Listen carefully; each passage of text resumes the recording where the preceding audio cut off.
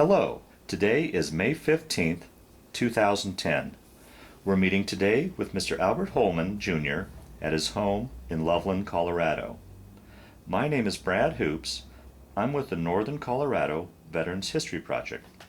Welcome, Al, and thanks for sitting down to tell your story today. Oh, thank you for coming. Glad to have you. Let's start out, if we could. Tell us a little bit about yourself, your date of birth, where you're born, a little bit about your family. Okay, well, I was born in October 10th, 1925,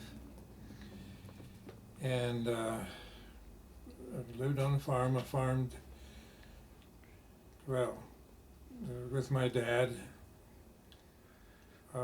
You were born on the farm? I was born on the farm. And where is that located? Brighton, Colorado. Brighton, okay. Yeah. And of course, I was oldest in the family. There was 8 of us kids in the family, 5 boys and 3 girls. And I was the oldest, and I was kind of my dad's hired man, my dad's main hired man, I guess. And so I learned about the farm, not that I liked it all that much, and I grew up with doing horses, the team of horses and stuff like that, where my other brothers, they weren't required to learn all that stuff. Oh, is that right? Yeah, so I was kind of the main hired man all the time, it seems like. And of course, I went to school, but I didn't get to go to school as much as I liked school very much. But I had to stay home a lot to help on the farm.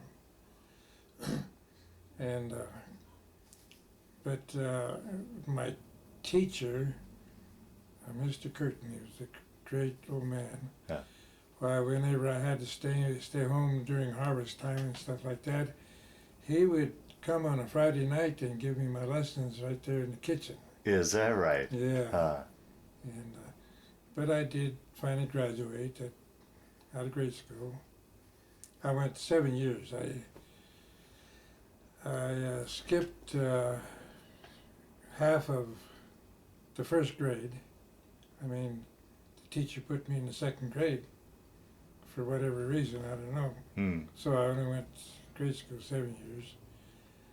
And then high school, I went for 5 months, the first year off and on. I had to stay home a lot to work. And the second year, I went to high school. I went probably about 10 days. And I got sick on New Year's Day, and that was the end of my high school. So, from then on, I had to stay home. I'll be darned. And work. So. Before we progress into your military experience, let me ask you about 2 historical events during this lifetime, or your lifetime, if you've got any memory or any thoughts on it. And one being the Great Depression, and 2, if the Dust Bowl affected this far west. If you have memories of either one of those. Oh, well, the Depression, yeah, I remember that very well. Although we were on the farm, and we had our vegetables, and we had our meat and eggs and chickens, it was the flour and sugar that we had to get. And my dad worked at the sugar factory in the wintertime, and so he'd bring home the sugar, and then he made money to buy the flour. And that's about all we needed at the time, But it was kind of tough. As far as the Dust Bowl, I don't think we had Dust Bowl out here, especially in this part of of Colorado, maybe in eastern part. Okay. But not here. Okay. Yeah.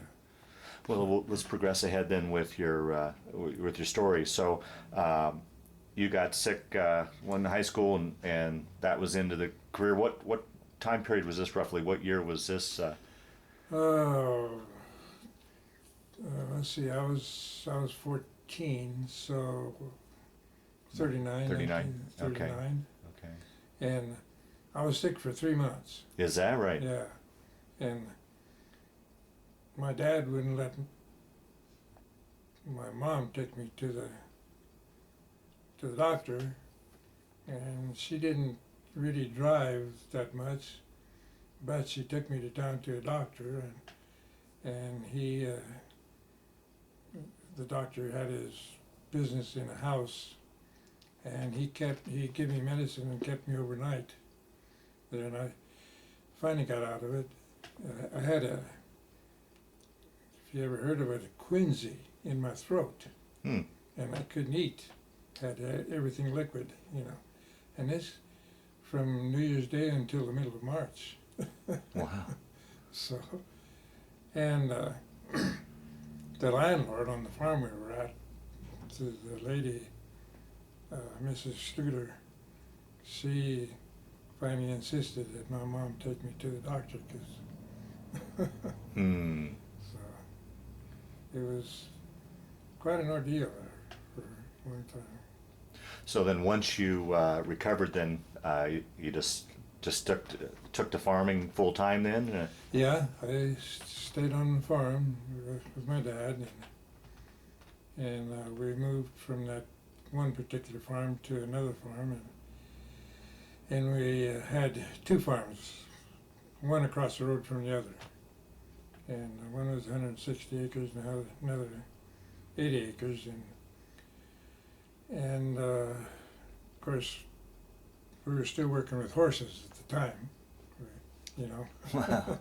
And it was quite a deal to try and keep up the two farms. I wasn't really that much interested in farming, because all I knew was work, Mm-hmm. you know. Mm-hmm. And my brothers and sisters, they all got to go to high school.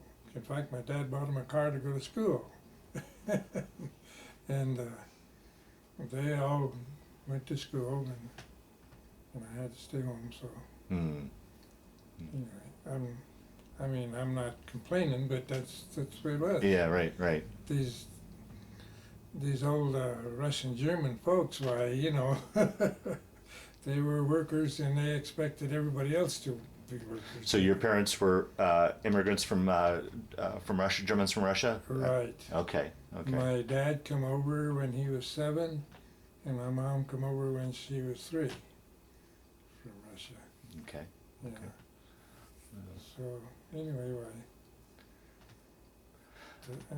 So now, did you continue to farm until you went into the service? yeah, my dad had me deferred. Because of the agricultural. Agriculture thing. Uh-huh. And with the condition that I work in the sugar factory in the wintertime. So I turned 18 in October, my birthday. And so when we got the sugar beets out and all the beet tops in to feed to the cattle, well, then I had to go work in the sugar factory. And so I did from about, last part of November of 43? 43, yeah, till beginning of, about the middle of March in 44. Well, and then in 44, why,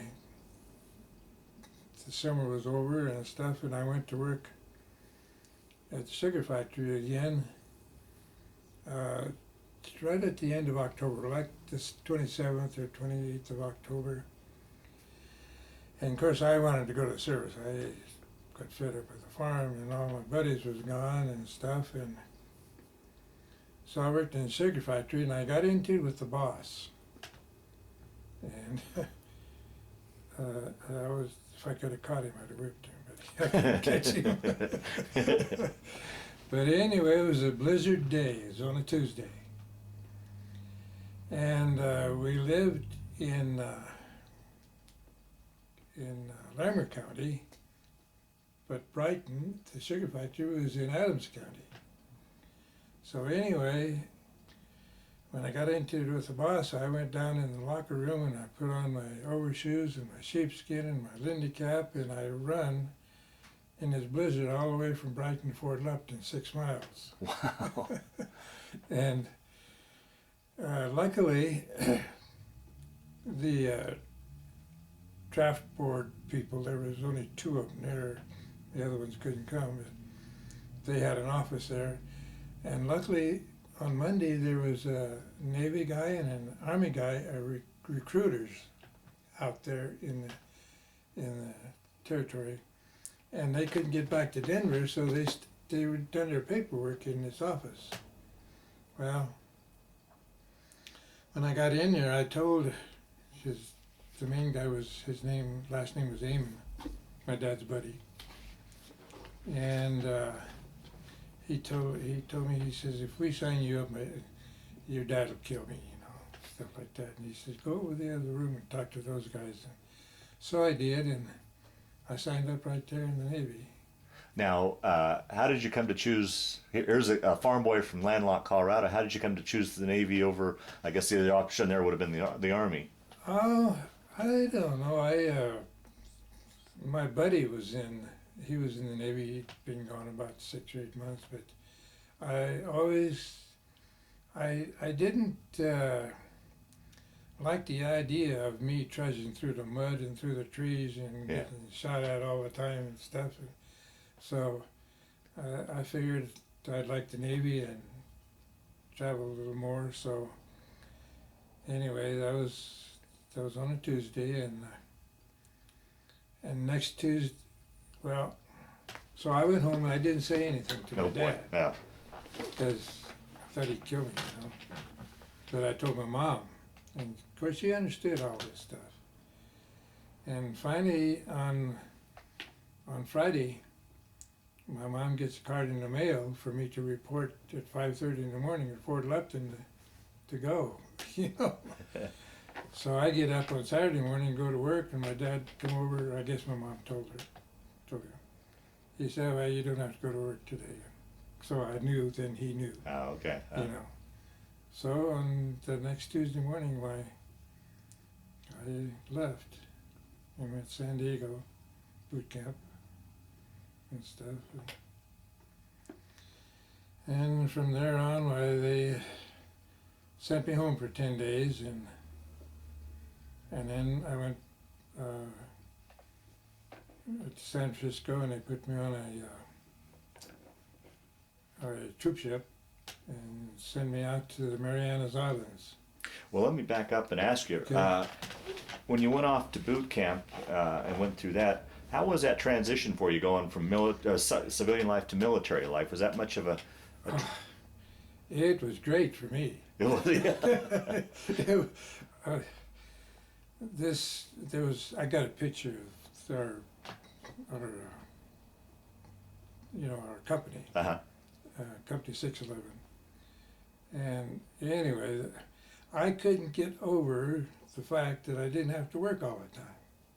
Riding a train, and I got to boot camp, and all that training and the marching and all that crawling through the barbed wire things and going over these climbing ropes and over. That was a piece of cake for me. Compared to what you had been doing. Yeah, and I felt sorry for some of these kids. They cried, they were hurting, they couldn't do this and all that stuff. But it was all fun for me. Well, along those lines too, like many in your generation, growing up, you never really traveled too far away from home. No. And now you're halfway on the West Coast. How was that for you? Was there? It was great. Was it? Yeah. Any tinge of any homesickness, or were you just glad to be out of that? I was glad to be out of that farm thing. Yeah. I enjoyed every bit of it. Is that Yeah. I took it all in. Yeah, that's for sure. And so you came back home on that 10-day leave. Had your dad warmed up at all to the fact, or was he? Not really. No, he wasn't warmed up to it. In fact, I was wanting to leave early. I wanted to go back. Yeah. Really. So then you back to the West Coast, got on a troop ship for the Mariana Islands. Mm-hmm. Once again, going back to the farm boy from landlocked Colorado. How was that ship ride? Did you get your sea legs? How was it? yeah. Oh, no problem, sir. No problem at Yeah. all. I enjoyed it, although there was a lot of people on there, and you had to. You didn't have a bunk to sleep in. You had to sleep wherever you wanted to, because there was a lot of people on that ship. And of course, we got down to the Marianas, and Now, roughly what time period was this? Do you remember? that was in like February of 45. 45. Okay. Okay. Okay. Yeah. And well, I was only in San Francisco a day, and they put me on the ship. Okay. I was going, And anyway, down in the Marianas, why they put me on a mailboat, and we carried. It was called a mailboat, but I carried the mail. They put me in charge of the mail. We had, well, the first time we had 5 islands to go to where they had radios and radars Okay. out there, and it was kind of remote islands. And we would do that in 3, well, the first time we went out, we'd done 5 islands. In the 5th island, we loaded up their gear, the generators and all that stuff, and brought them back in because they didn't need that anymore. So from then on, we went to 4 islands, and that would take like 2.5 to 3 days. So I made To get all the islands. all, Now, you were based out of the Marianas then, and you would go out to these other islands? yeah, the small islands. Okay. Where they had What radars. size ship would you be? What kind of ship would you be doing this in? This here, I don't know what kind of ship it was, but it was a landing ship. It had Oh, okay. the Mm-hmm. ramp, because we hauled jeeps out there and fuel and food and all that stuff, Oh, so it was more or less a supply ship, but within that supply ship, you were in charge of getting mail to these. Getting mails and receiving mail. Okay, gotcha. Okay. And so that's what I was in charge. Although when I'd give the people their mail bag and receive their return mail in a bag, well, then I would help unload Gotcha. Okay. barrels of oil and barrels of gas and food and stuff like that. And on the first island, the big island that we hit, why there was still natives on there. And of course, we had landed on the beach and stuff, and the native village was, quarter of a mile up there in the trees, And these kids, the kids would come down to the boat, and people would hand them candy and gum and all that stuff, And I did the same thing. I run on, I'm sure they're brother and sister, but they were now these other kids were all like 12, 14 years old. Well, here was these 2 little kids all by themselves, and I kind of connected with them. I got them some candy and some gum, and the little boy, they're cute little kids. And the little boy, I gave him some gum, and he would chew it and swallow it, and I tried to keep telling him not to swallow the gum.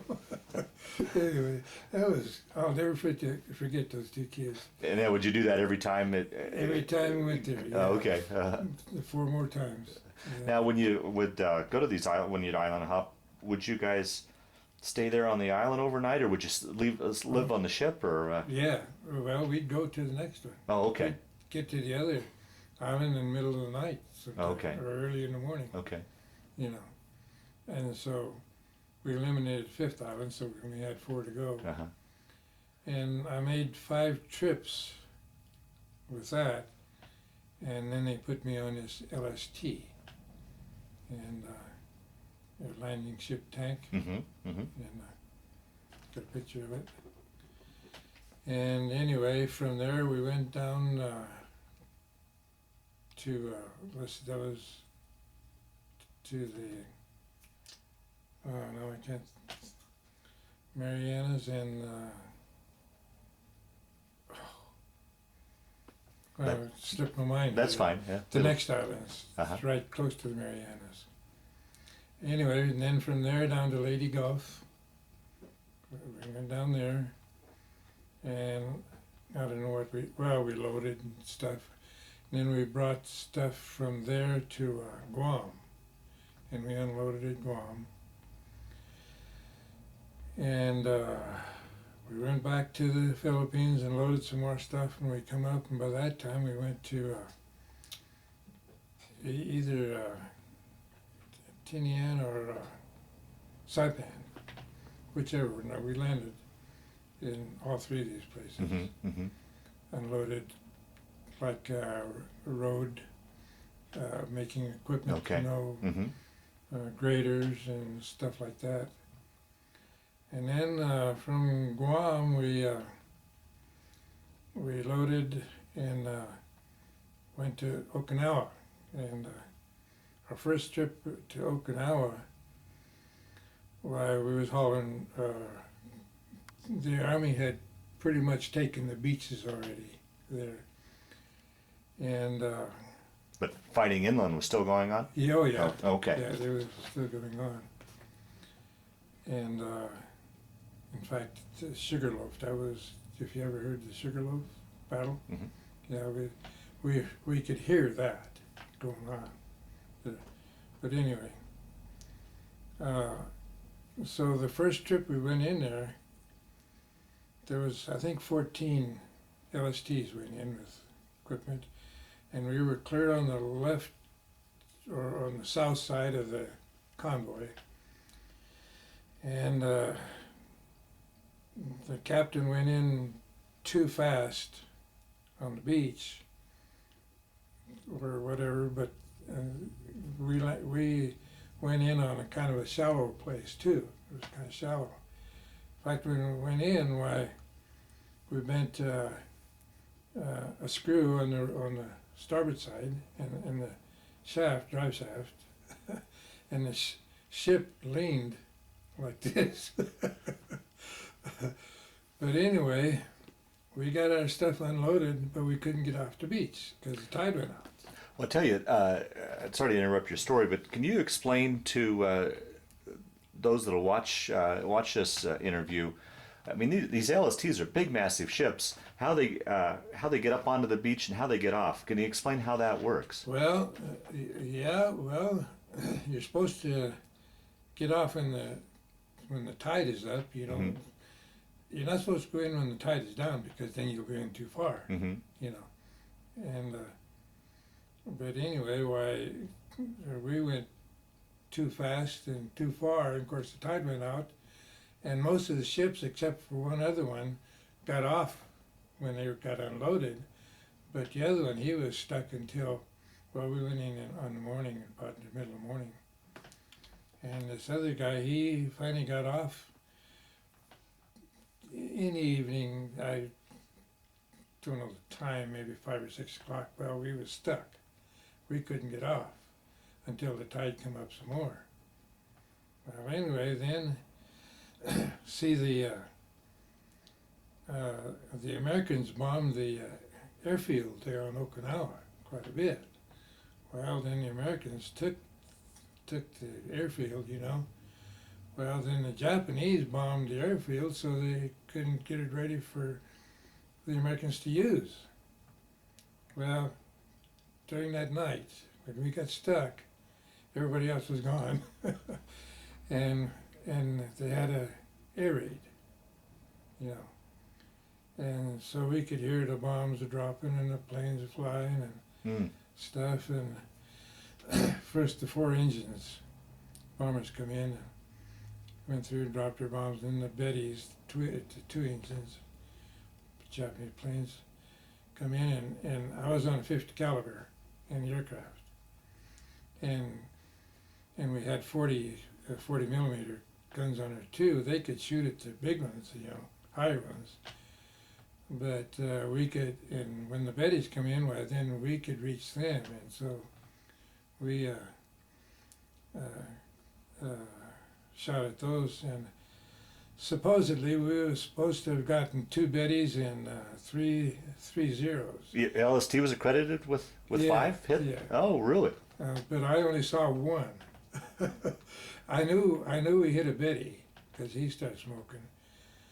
But this one Zero, and I think they put at the end of before the end of the war, they put bomb racks on these Zeros, and they carried the bomb under their belly. And I think this was one of them that he come around this point, Okinawa there, and he was smoking, and he knew he wasn't gonna get out of it, so he was looking for something to hit. Mhm. And there was still a couple of cruisers and destroyers out there, quite a ways out. But he was headed for them, but then supposedly he decided he wasn't going to make it that far, and he come around this point and he saw us. Oh, jeez. Yeah. So he's turned and headed straight for us. And of course, on the port side of the ship, we had 4 50 calibers, and so all 4 of us took him on, and probably from here to the alley across here, he was coming in at us like that, and he was close enough, I swear I could see the pilot. Wow. In the cockpit. And he was coming in like this, and finally we hit him, and he nosed in. But from just not even a block away from us. Oh, boy. Another 4 or 5 seconds, we'd have had it. Yeah. You know, Oh, boy. and that scared the heck out of us. Oh, I can't imagine. Yeah. Yeah. But actually, that was kind of scary. I mean, this went on for, I don't know, like 45 minutes. And I shot about 3 magazines, 200 bullets in a magazine, So anyway, that was over with. And then during the night, now this happened maybe, 10 o'clock or something like that in the evening. And finally the tide come up and it floated us, and we finally got off. But we could only run one engine full blast and the other one about a quarter. And that's where we limped all the way to Guam.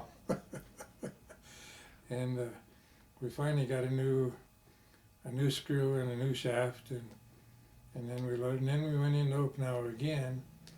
And sure enough, there was another air raid come in. This was about 3 weeks later. But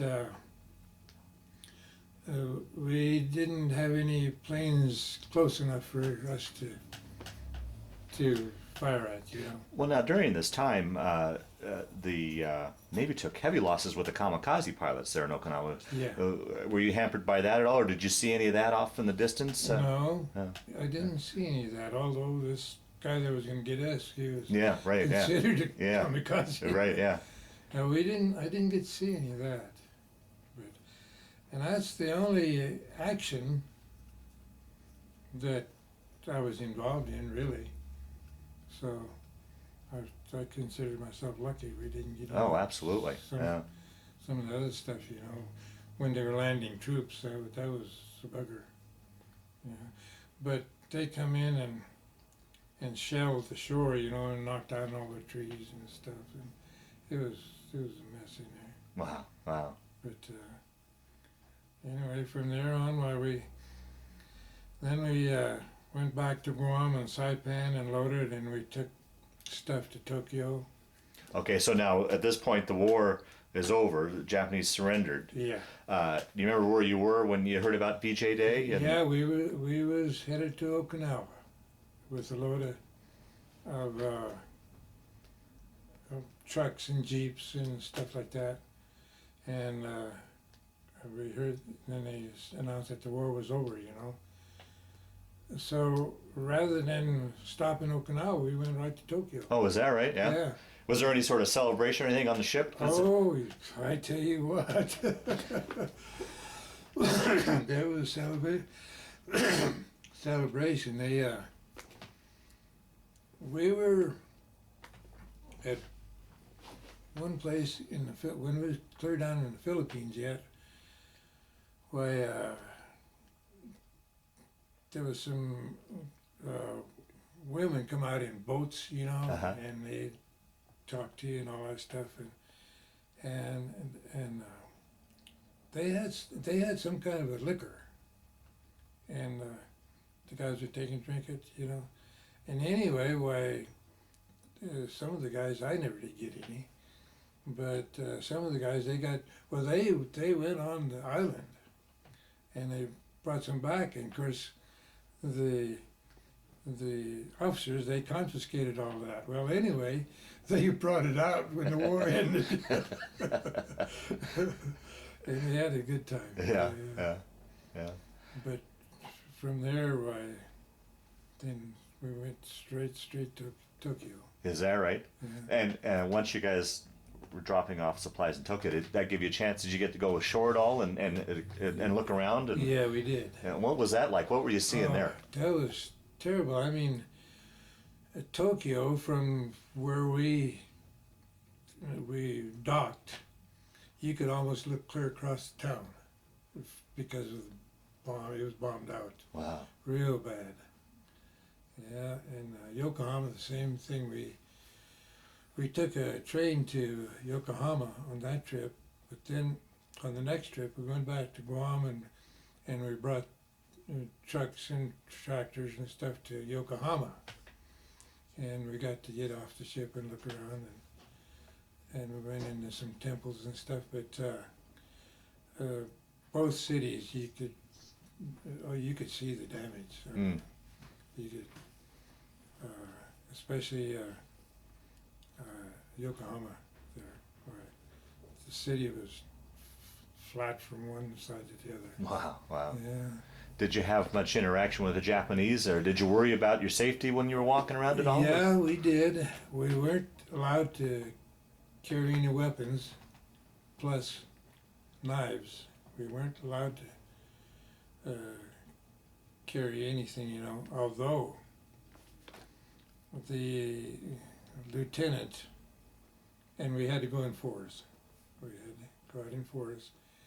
And the lieutenant authorized 2 guys to keep a knife in their sock. Oh, okay. So I didn't get one, but Yeah. but we got on. We went out and we visited some of their temples, you know, in the temples and stuff, and walked around, and we tried to talk to people, but we couldn't. And well, I'm going to go ahead a little bit. Okay. We docked in Yokohama, and we got to come off the ship and look around a little bit. We couldn't go too far. But anyway, I can still see this, but when we got back to the dock, it was up high and the ship was way down here, you know. And we was walking in there, and here this old guy come with a truck, a steam engine truck. He was picking up trash. And he stopped there and he went into this building. And this friend of mine, Gordon Daniel Chenard, he's the honorary guy. He got in this thing, truck, and he got it started and he couldn't stop it. Oh.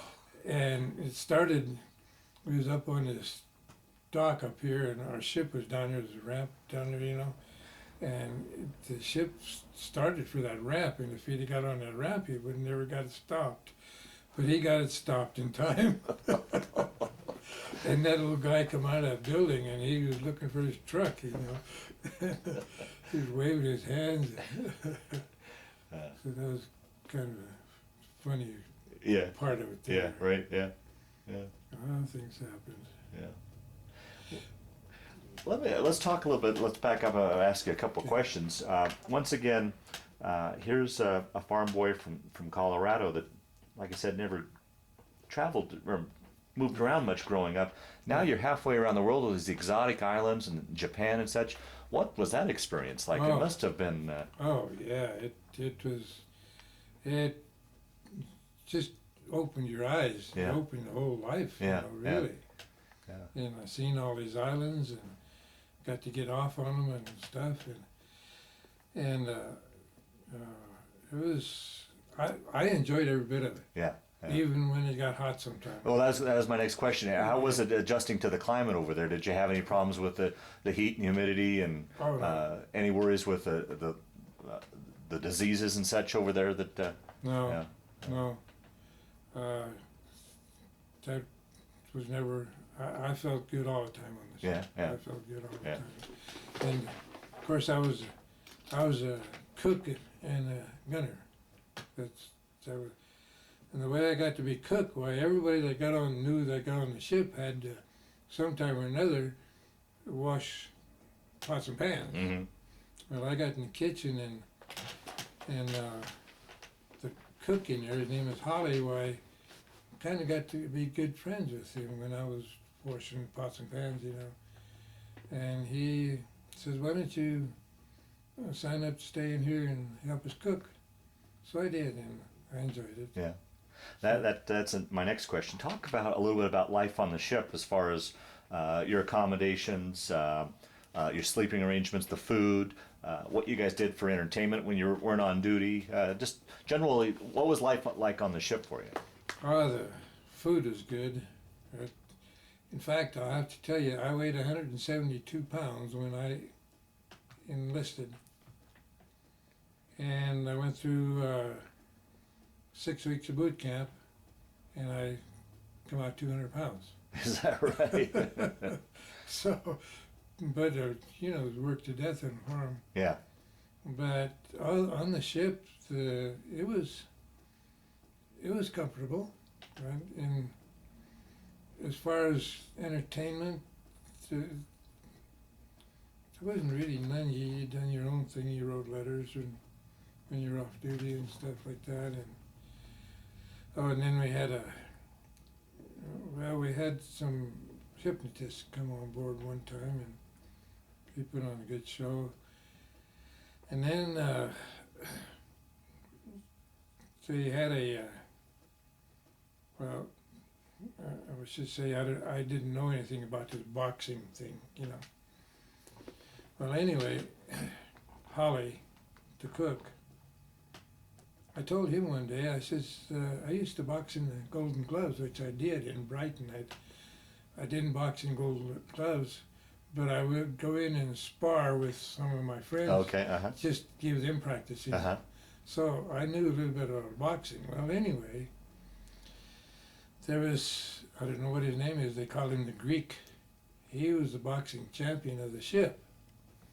Well, when I told Holly about this, why, he said, "Oh, we can have a boxing match again."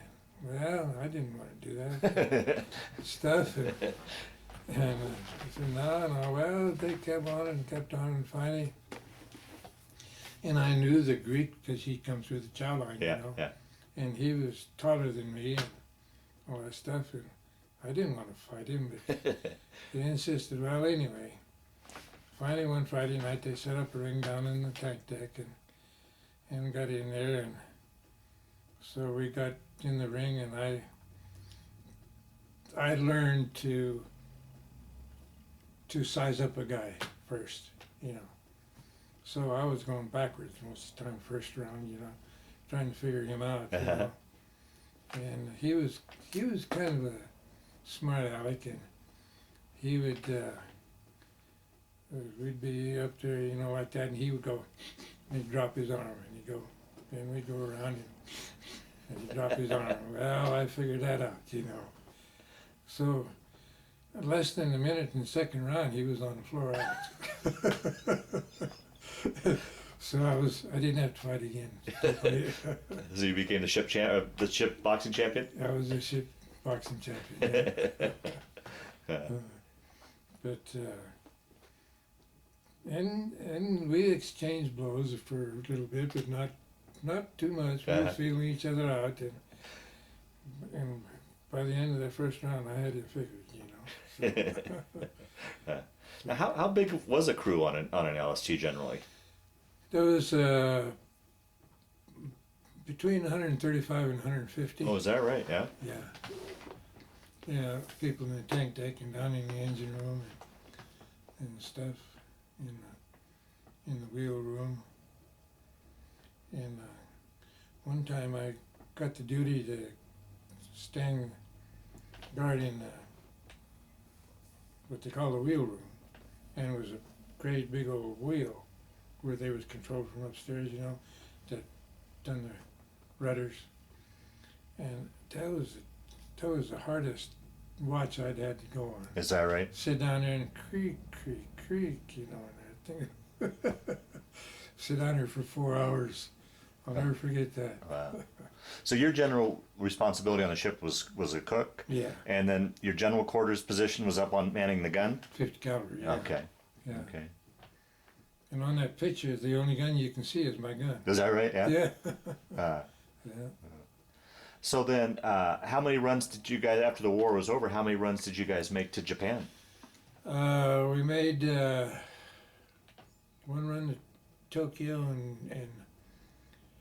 and 2 runs to Yokohama, and then 1 run clear up in the north end of on the north side of Okinawa. No, that was Okinawa. Clear up on the north side of Okinawa. No, yeah. And I got to tell you, up in Okinawa, they built a base clear up on the north end of it, and we took some stuff up there one time, and there was a little village down from the docks, and we got to go down there. 4 of us were down there, and we were walking down the dirt road, and there was 4 guys walking up ahead of us, and this one guy, his walk looked familiar to me, and I kept watching him, and I finally yelled, "Joey!" And of course he turned around, and I went to school with him in grade school. Is that right? He was my best friend in grade school. Is that right? Yeah. And you had no idea that you're both... No idea that he was there. Isn't that Yeah, something? he was in the Army. Yeah. Ran into him. So. Did you get a chance then to hang out a little bit? Oh yeah, we went downtown and hung out a little bit. And they were just building this new Army thing up there, you know, and that's where he was. So. I'll be darned. Well, speaking of home, and you'd mentioned earlier writing letters, how was communications back and forth, particularly with you guys all over the place, as far as getting mail and such? Yeah, that was, well, that's the thing. We didn't get any mail for a long time until we docked someplace where the mail was, you know. And see, when I was off duty as cook, why then I was also mail. Okay. And they would send me off to ship down to some Army headquarters somewhere, and usually had to walk. Sometimes, one time I had to go like 2 miles, you know, and then lug these bags back and forth. I guess you were lugging bags of mail. I was taking bags down and bringing them back, you know, and they were right. pretty good sized bags. And I got to tell you, I took a friend of mine, Gordon Daniel Chenard, with me one time. He was off duty, and this was on Guam. And we got the mail walking back on this road, and there was a kind of a valley down here, you know, with mountains on the hills on both sides, and grass in there, and I saw something sticking up out of the grass, and it kind of glinted, you know. And I thought, I wonder what that is, you know. And it was, a little farther than from here to Taco Bell. Yeah, a little farther than that. Mm-hmm. And I told Gordon, I says, let's go back there and see what that is. So we walked back in there, and there was a Japanese rifle with a bayonet and a picture. I got that picture in this album right here. Is that right? Wow. Yeah, and so I went ahead and I got it all aboard ship. I had to sneak it aboard ship. And I finally wrapped the rifle up in canvas and stuff, and I mailed it home. But it never did get home. But I kept the bayonet in my sea bag in the middle of my clothes, and I got the bayonet here. Yeah, bayonet and pitcher. I'll be darned. Yeah. Huh. So, Do you think they discovered as you were mailing it was a rifle and that's how it got lost, or? well, they probably had a battle there between the two hills. Oh, You okay. know. Yeah. Yeah. Yeah. In fact, the one army guy, I think we was getting mail or something, and we got talking to him. We had to wait there when we were sitting out on a bench out by some buildings, and this one army guy, why, he was telling me about a battle that they had, I don't know where, but I don't know, we got talking to him quite a bit. We had to wait about a couple hours there. And he was telling me how he was in a battle with the Japanese on this hill, this valley, and the Americans up here, and they were shooting back and forth, you know. And supposedly he told me that there was a couple of sailors that were caught in the middle of this thing, and they had to lay in the grass, bullets going back and forth over there. I don't know, but he was telling me that. Huh. Now, I don't know what these sailors were doing out there, but Yeah. they yelled at them to hide those white caps, hats, you know. So that's what he was telling us. Huh. I'll be darned. Yeah. So, Did you guys ever? What about news? Just general news from home and how the war was going. Did you ever get? Was there any sort of newspaper or radio broadcast where you could keep up on, I don't know, baseball scores or how the war was going, or it was just? we got a bulletin every so often that they printed on the ship. They got it by radio or whatever, and it was just a little 3 or 4 page Oh, okay. thing, you know. And it didn't. It told kind of how the war was going, and not much about home. Mm.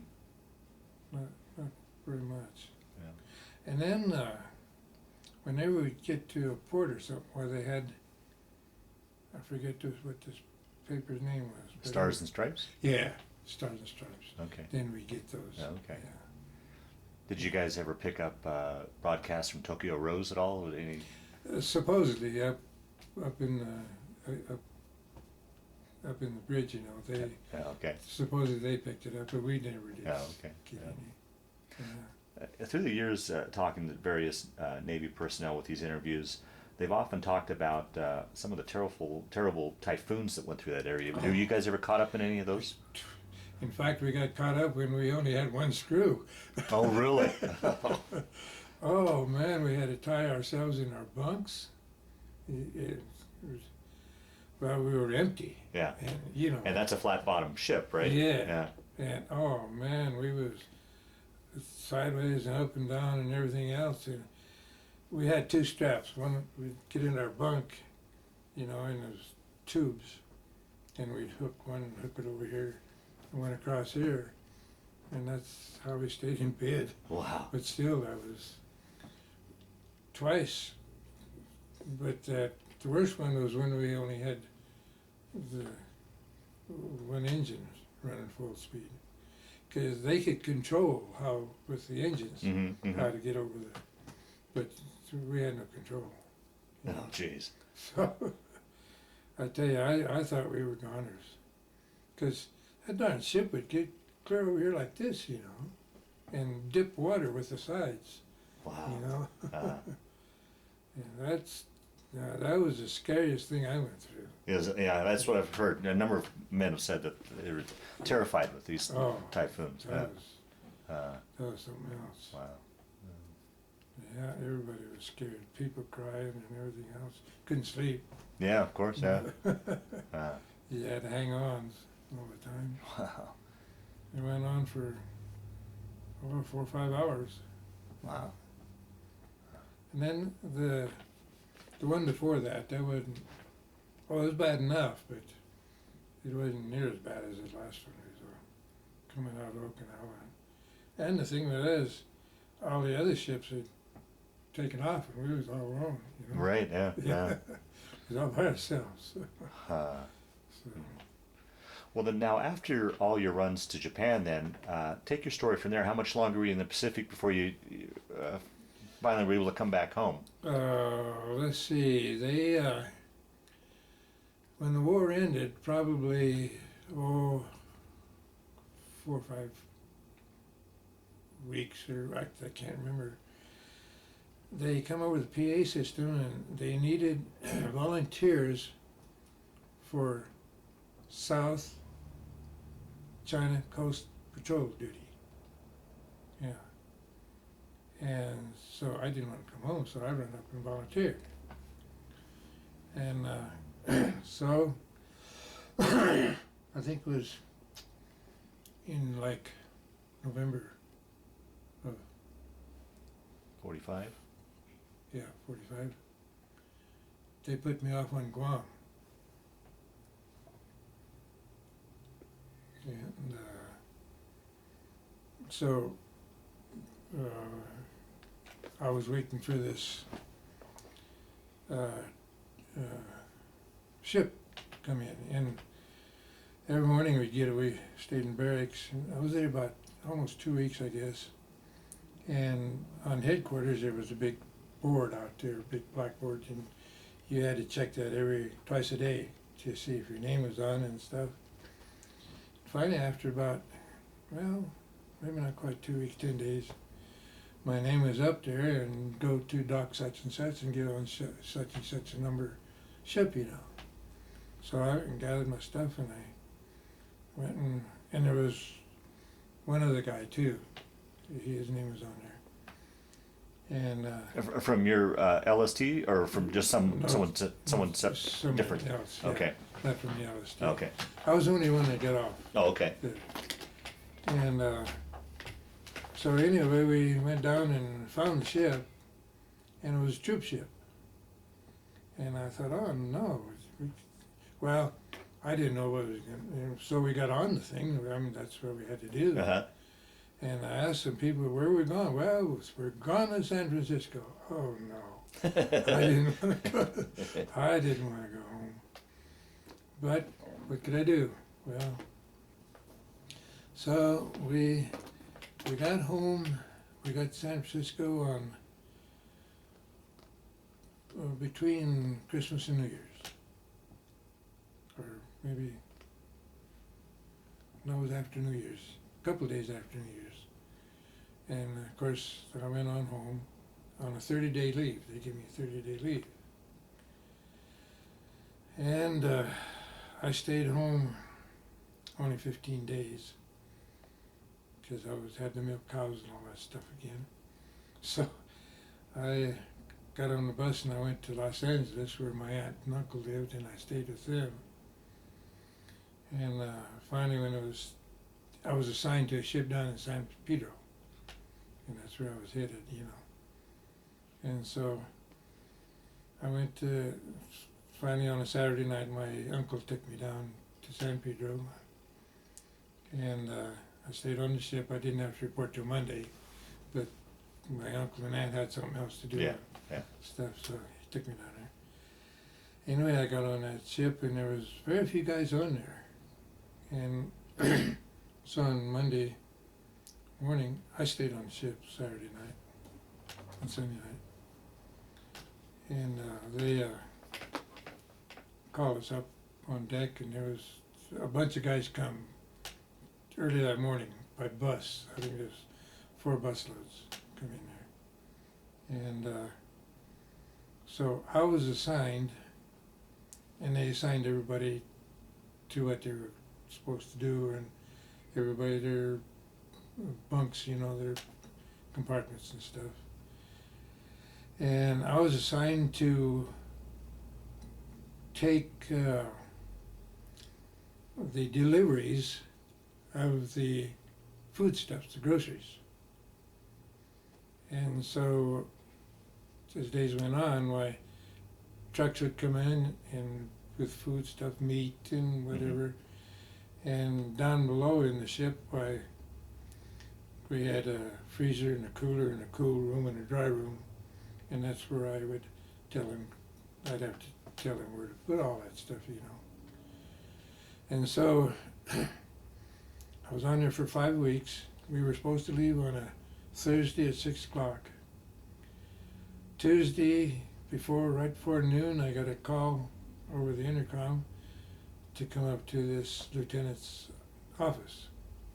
So I went up there and he handed me some papers, a big envelope, and he says, get your blue jeans on and not blue jeans, your dress clothes. Okay.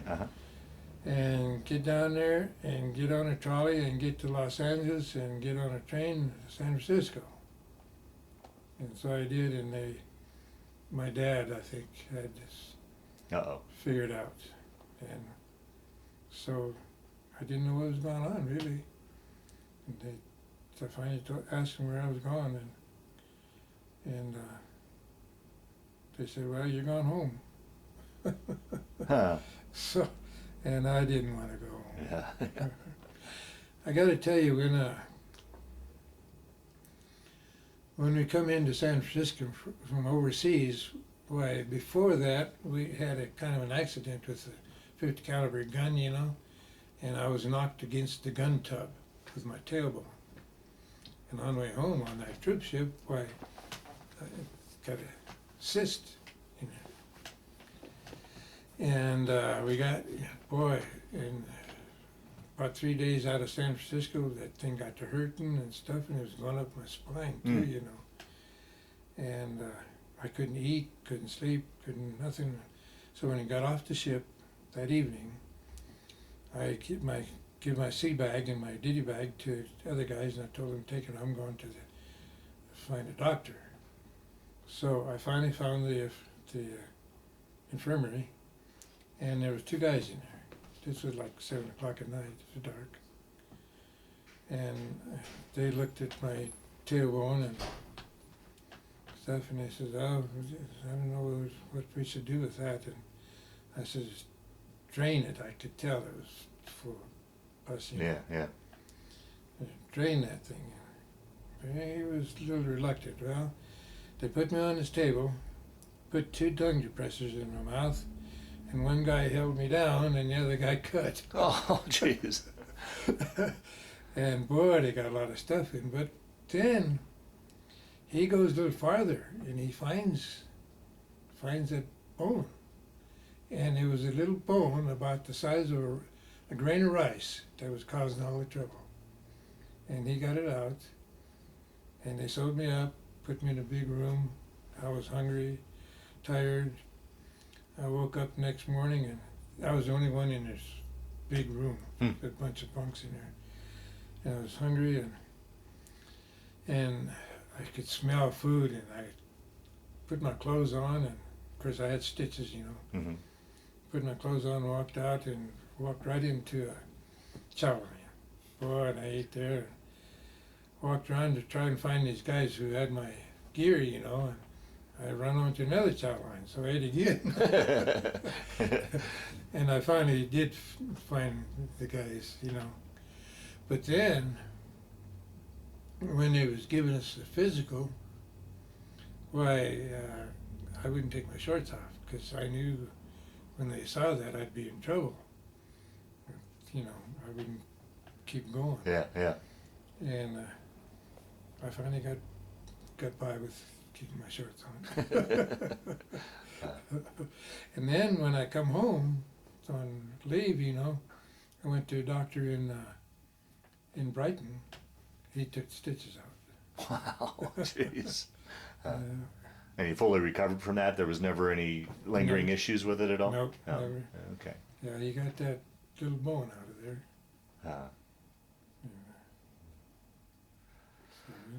So anyhow, continuing on then, so you took a train up to San Francisco, and were you discharged then up in San Francisco, or? Yeah. Okay. In San Francisco. Okay. And then they give me a train ticket, go home. Of course, I wasn't going to go home, so I took the money. You know, you could have either one. Uh-huh. So I took a bus and went down to Los Angeles to my aunt. My Aunt B was my second mother. She was just like my mother did. Uh-huh. Uh-huh. And I was going to stay with her for a while and figure out what I was going to do. Uh-huh. Well, I got down there and they were on vacation. They wouldn't be back for over a week. And just the boys were there, and that wasn't any good. So I get on, finally went down and bought a ticket to come home. I thought, well, I might as well come home and see what's going on. And when I got on the bus, there was a guy on there. He was in the Army, and he was gone home. He was discharged. And he looked familiar to me. And I looked familiar to him. So we got talking together, and we both gone to Brighton, Colorado, you know, and stuff. And here he was, our veterinarian on the farm, was his son, and him. Is that right? Him and I would play together like when we were 6, 7 years old. Wow. What a small world, huh? Yeah, so we rode all the way on the bus home. Scott Timmig. Timmig. That was weird. Yeah. Yeah. So anyway. So you got home, and how did you find things there then? They picked me up at the bus station at 11:30 Saturday night. My mom and dad. And of course Sunday went to church with them and met some kids in front of church and stuff. Monday morning, 8 o'clock, I was out in the field with a team of horses planting grain. I thought, this is what I got into. I said, what the heck am I doing here, you know? And, but what else was I going to do? Yeah. You know? So, and the thing of it is, all except one brother was gone. No, I had 4 brothers, and all the other ones all joined up when they got 17 and 18. They left. So they left the farm. And only one brother stayed on the farm after that. But it was just all work all the time. Yeah, yeah, you know? yeah. And we didn't know anything else. Yeah, right. You know? And I tell you, the world opened up for me when I took off with the Navy. Then how long did you stay then on the farm? Is that what you wanted to do as a career, or how did you finally break out of that? Well, I farmed. My dad hired me $100 a month, board and room. And on the first year, and then the second year, why, he rented another farm for me to farm. And I bought a tractor and some machinery, and he helped me out. And then I went to ag school too. Using the GI Bill? Yeah. Okay. Uh-huh. And so I planted my crops in this farm. It was like 4 miles away from home farm, you know. But come summertime, progressively it got to where I was working more on my dad's farm than I was on my farm. And I finally got fed up with it, and in September I left everything and went to work in Denver at my uncle's garage. I had 6 black Angus cows in the pasture, had my tractor, cultivator and stuff. I left it all. I spent all my money, you know, but I left it all. So, and then finally went with who's now my wife for a while, and in April '48 we got married, and Dad gave me a job on the farm, board and room, and we done that for 1 year and couldn't take it. So Dad had bought a farm up here by Kersey, northeast of Greeley, and he put me out on that farm to rent, you know. Well, that didn't work out at all. So I stayed there 3 years, and I rented a farm on my own then. And from then on, from there on, I was on my own. And Did then- it get much better for you in regards to farming and stuff? Yeah. Being out from under your dad's shadow? Did you Yeah. enjoy it much more? Oh yeah. Yeah. And we were doing very well. We were doing real good. For 3 years, I was paying off all my debts in the fall and had everything clear, and lived on the milk check during the winter time and stuff.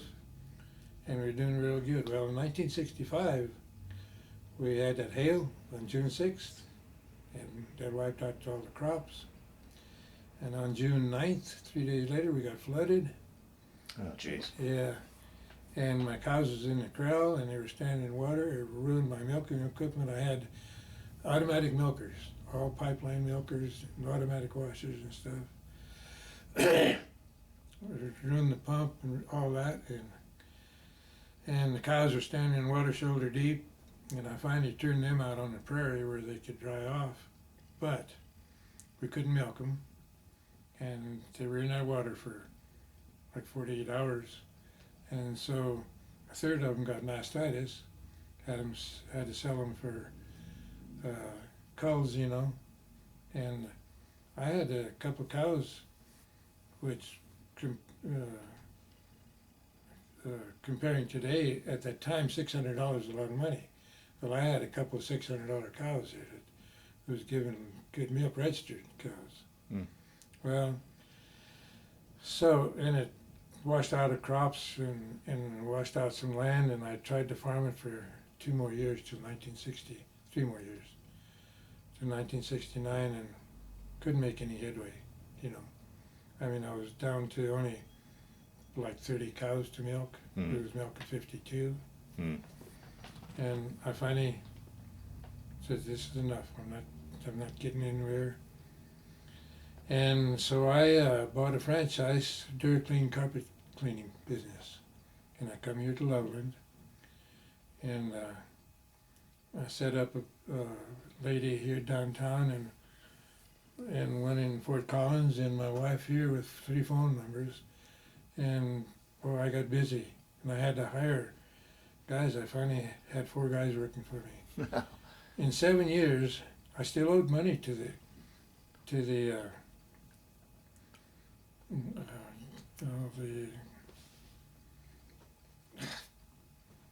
not the FHA, but SBA. Okay, small business. Yeah, Small Business Association. And I owed the bank for this house. I bought this house, Mm-hmm. stuff. In 7 years, I paid off all my debts. Wow. Paid off the house and everything. Wow. Yeah.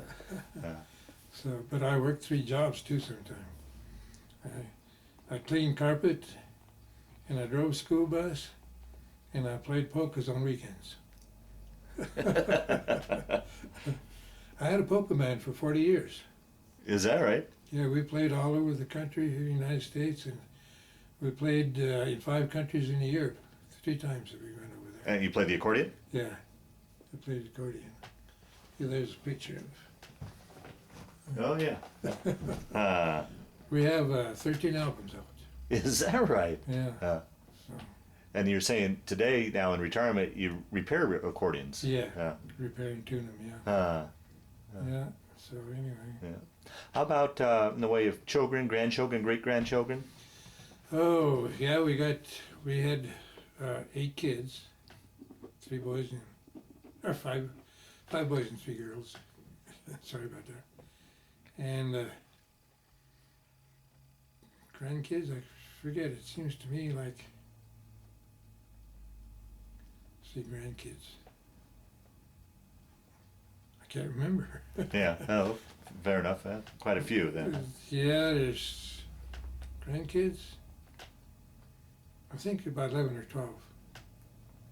And then we have 6 or 7 great grandkids.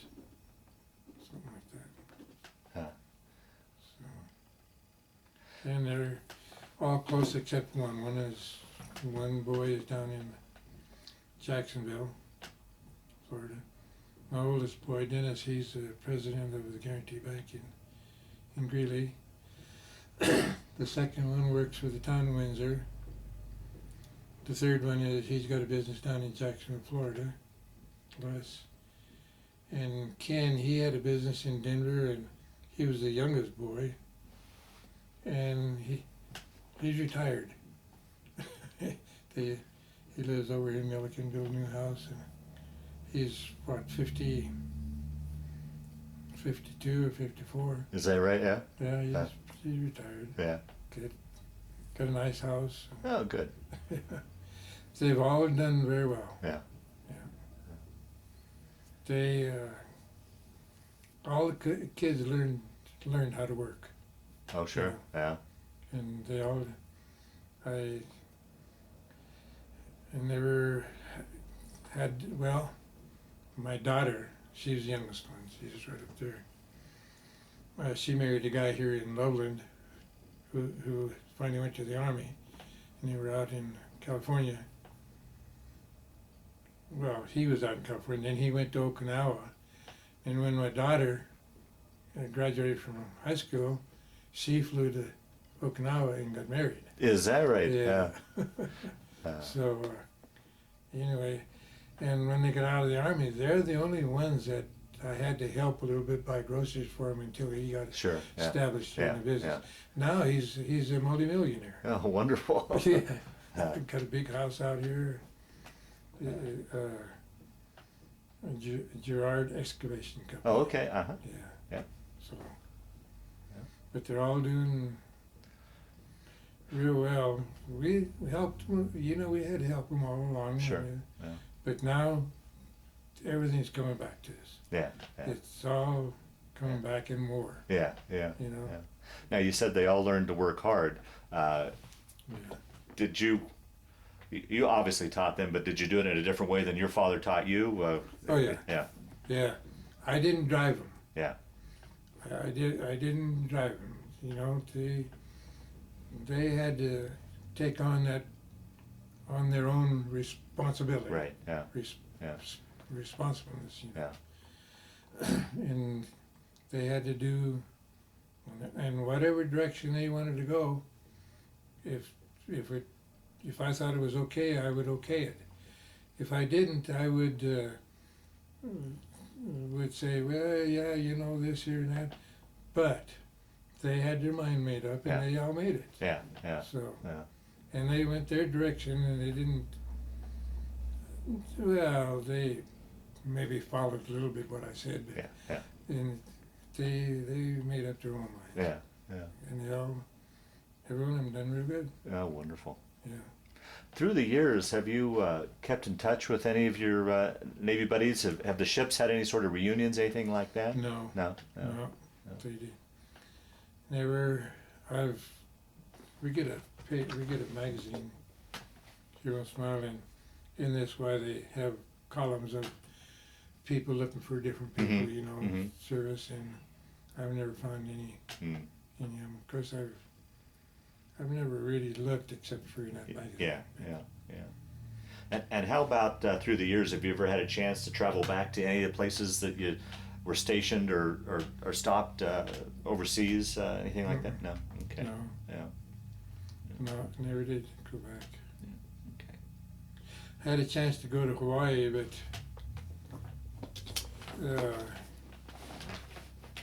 for free. But this was going along for 3 or 4 months, and I just didn't. I couldn't. The Arizona down there, I couldn't bear to see. Yeah. Yeah. Right. Yeah. Yeah. So, and the group formed. A couple of people formed a group for my polka tune band to go to Hawaii, like we did to Europe. And when it come time to go, I couldn't go. Hmm. So I said, "You guys go. I'm not going." Yeah. Yeah. I'll be darned. Yeah. Yeah. So. Well, Al, we'll start to wind down this interview. Is there anything that I didn't ask you that you wanted to talk about, or any stories that are come to the surface as we've been in your mind as we've been doing this interview you can think of that you wanted to talk about, so we could round out this this interview? Well, Make sure we cover as much as we possibly can. yeah. Well, I was watching a deal on TV last night. about the war and these guys coming through the war. And I keep thinking about that. What I went through is a drop in a bucket of what some of these guys went through, you know. And on TV last night, this guy, he was assigned, he had a crew to pick up bodies and bury. And that's all he done, is pick up bodies and bury them. And, you know, I feel real lucky that, not that I was ever in any big danger or anything, but There's a number of incidences where, I mean, it could have, yeah. But going through what some of these other people, I went through nothing compared to them guys. yeah. You know. Well, the last question I always like to ask in these interviews is, how do you think your experience, that war experience, affected your life? Did it change your life at all, change your thoughts, play a role in your life, or was it just simply a chapter that you went through in your life? How would you answer that? First of all, it was a chapter in my life, and then second of all, it sent me out on my own. I didn't have to be under anybody's thumb. Mm-hmm. Okay. You know, and that's, you know, if I'd have run away from home before I went to the service, they would have got me back and I'd have got a good whipping. Yeah. You know. Yeah. But the way it was, why, you know, there really wasn't nothing they could do about it. Yeah. You know. Yeah. But I know all my brothers, except for one, went on the farm. They wanted nothing to do with the farm, because that's all it was work. Yeah, right. Yeah. You know. Yeah. So, and I farmed too because I had no other thing to do until I was forced to find something else to do. Mm-hmm. You know, and when we had that hail and flood, why, that was enough for me. Yeah. And I'm glad I did. Like I said, in 7 years I was debt free. Yeah, I'll be darned. Yeah. Well, Al, I want to thank you for sitting down to tell your story today, but more importantly, I want to thank you for your service to our country. Oh, well, thank you very much.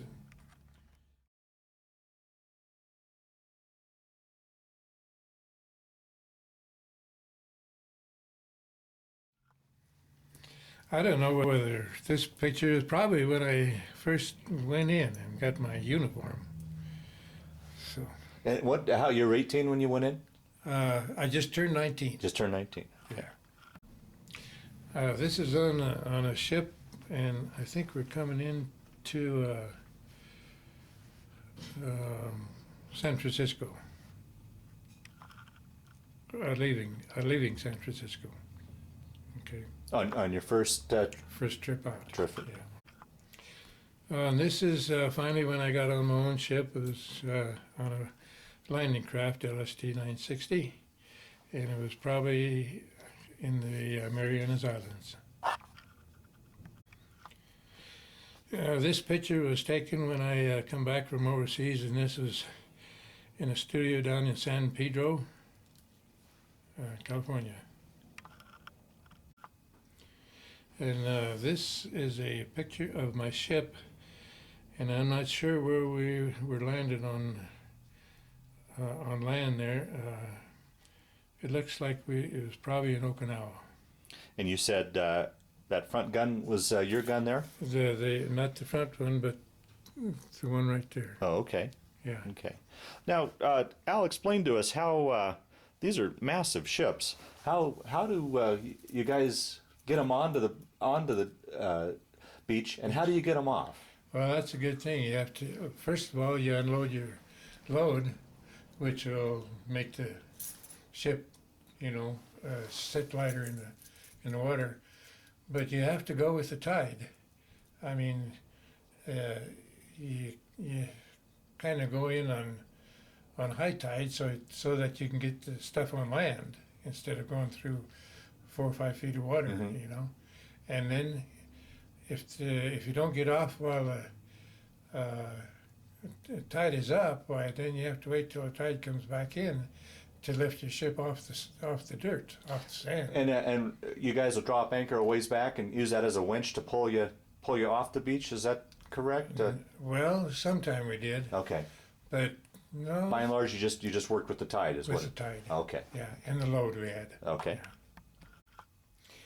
This is a Japanese officer, and we're not sure, but we found a gun with a bayonet on it, and this picture was laying in the grass near the gun and the bayonet, and we found this on Guam while I was going to get mail back to the ship. I'll be darned. This is a lighthouse going into Yokohama, Japan, where we landed a couple of times and unloaded things out there. So. And you're going to explain how the picture was, something about the picture, how it was taken? This particular picture was taken with a guy on the ship made a camera with a cardboard box. Is that because you guys weren't allowed to have cameras, right? We weren't allowed to have Yeah. cameras. And so this guy made a camera out of a cardboard box, and he got film from the officers. And he took several pictures. I'll be darned. Alrighty. Well, thank you, Al. Mm-hmm. Okay, this is a picture in boot camp, 44-6-11, and I went down there in November of 1945. And can you point yourself out in this? Able to? Yeah, I'm. Let's see. Right there. Right there. Okay. Yep. So we can zero in on that.